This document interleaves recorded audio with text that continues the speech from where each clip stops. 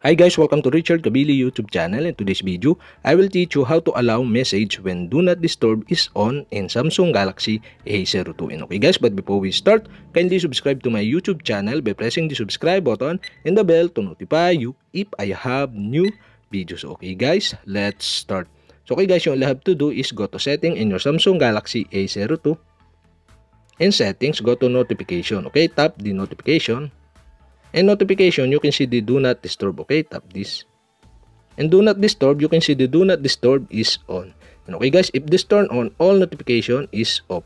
But we have an exemption. And okay guys, below you can see the exemption. And okay guys, in this tutorial, I'll show you how to allow message when do not disturb is on.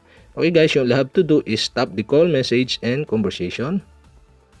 And okay guys, here you can see the message. Okay, you'll have to do is tap the message.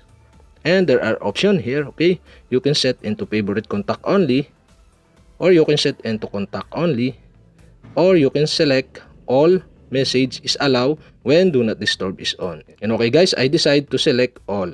And okay guys, that's it. We have successfully allow message when do not disturb is on in Samsung Galaxy A02. And okay guys, if you have a question, kindly comment below.